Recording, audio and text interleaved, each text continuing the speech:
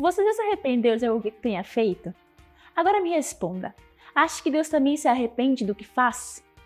No rodeio da semana, vamos encontrar a expressão Deus se arrependeu de ter colocado Saul como rei.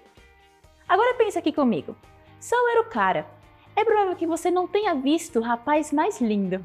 A Bíblia diz que não havia ninguém mais bonito. Ele era alto, humilde, e o Espírito de Deus desceu sobre ele com poder. Então o Senhor disse a Samuel: arrependo-me de ter colocado Saul como rei, pois ele se afastou de mim e se recusou a obedecer às minhas ordens. Samuel ficou tão frustrado com essas palavras que clamou ao Senhor a noite toda. 1 Samuel 15, 10 e 11. Talvez você já esteja se perguntando: Deus não conhece o futuro?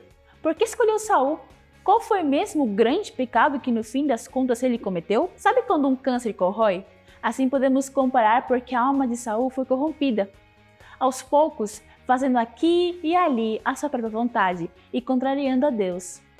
Ele sucumbiu a um espírito de autossuficiência. Ele desobedeceu a Deus, mas não sentiu remorso por seus maus procedimentos. Em vez disso, ele se justificou como se não precisasse dar satisfação a ninguém, nem mesmo a Deus. E Samuel proferiu a séria mensagem: uma vez que você rejeitou a ordem do Senhor, ele o rejeitou como rei de Israel. Você consegue perceber a diferença entre Saul e Davi? Deus não perdoa Davi. Podemos responder essa pergunta olhando para a resposta de Saul quando foi advertido por Samuel. Ele tentou apenas justificar suas ações erradas. O pecado de Saul foi acreditar que ele podia liderar Israel sozinho. E é claro que Deus não se arrepende como nós seres humanos, que temos que mudar de atitude. Deus muda as circunstâncias. Na noite anterior à sua morte, Saul estava consultando uma feiticeira.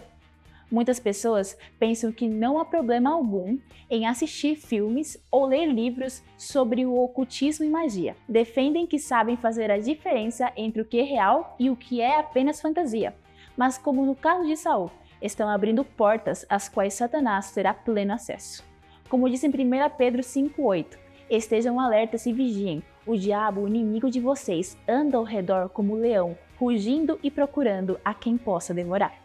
A história de Saul ilustra as consequências de brincar com Satanás. O que parecia pequenas concessões, finalmente exigiu sua alma. Os capítulos 61, 66 e 67 do livro Os Escolhidos apresentam algo mais sobre o assunto. Veja essa citação: o espiritismo moderno é um renascimento da bruxaria e da adoração aos demônios que Deus condenou há muito tempo. A Bíblia profetizou que isso aconteceria, dizendo que nos últimos tempos alguns abandonarão a fé e seguirão espíritos enganadores e doutrinas de demônios.